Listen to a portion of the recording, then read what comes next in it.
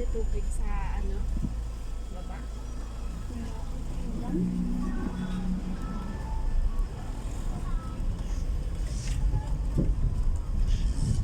Ano yan? Basta tayo flat.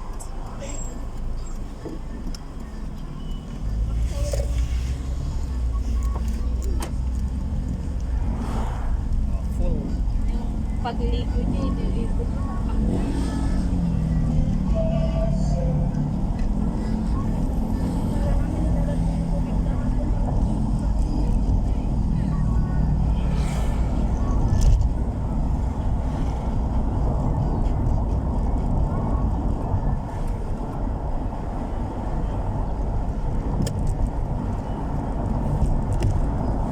Maaga akong nag-overtake ah.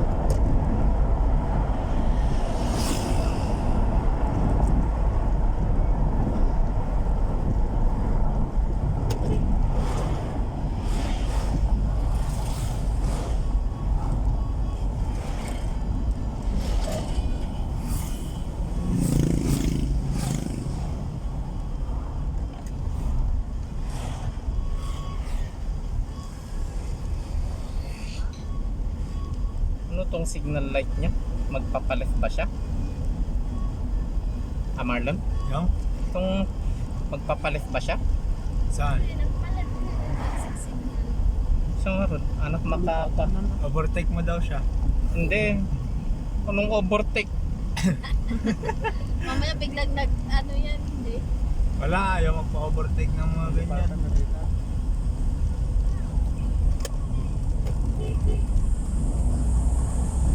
O, tiga mo, pinilisan niya. Oh. Hindi, pag sa signal light, ang overtaking is mag-right siya.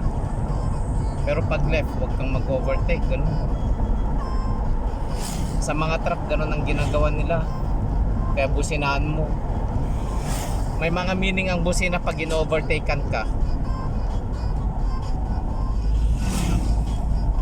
Kapag ang driver nagbusina siya, no, tapos nag-overtake, ibig sabihin magulo kang driver. Pag dalawang beses, ibig sabihin kwan, ano na yan, ayusin mo yung kwan mo. Pero pag nag-overtake siya na walang busina, meaning kwan, ano na yan, matino yung pagdadrive mo, ganun ang kwan mo. Nakuha mo na? Through experience, malalaman mo yan.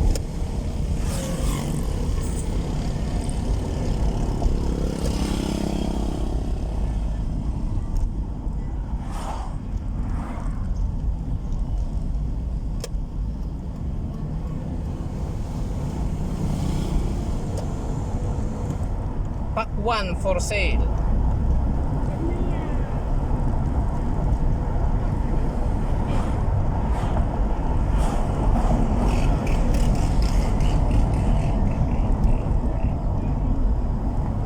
Parang ang bilis nating pumunta dito kaysa kanina.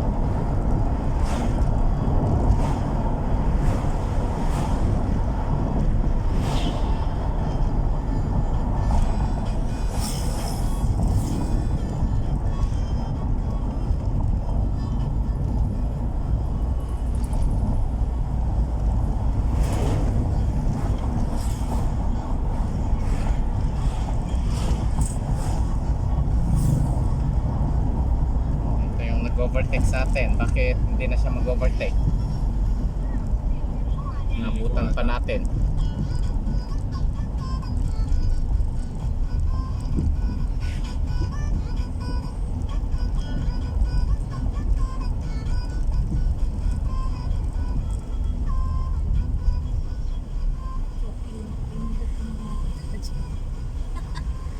Tayo pa yun. Paparay siya.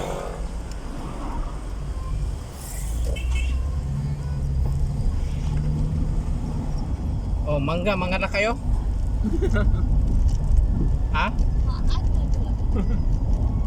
Si Marlon, pasalubong niya kay mama niya. Oh, kaya nga, ang dami. Pwede dyan, lakot din siya.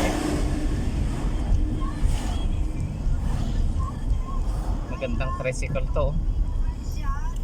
Ay, pang-deliver ng tubig.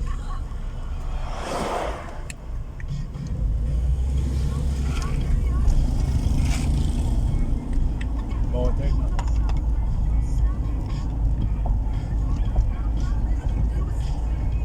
Yun na naman, go at for sale.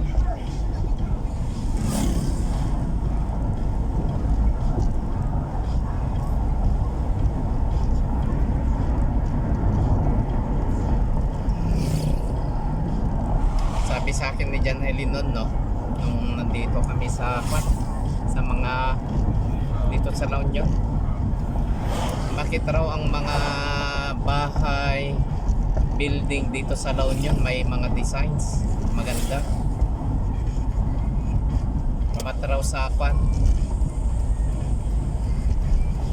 raw sa Baguio ang papangit. Yun o, halo-halo.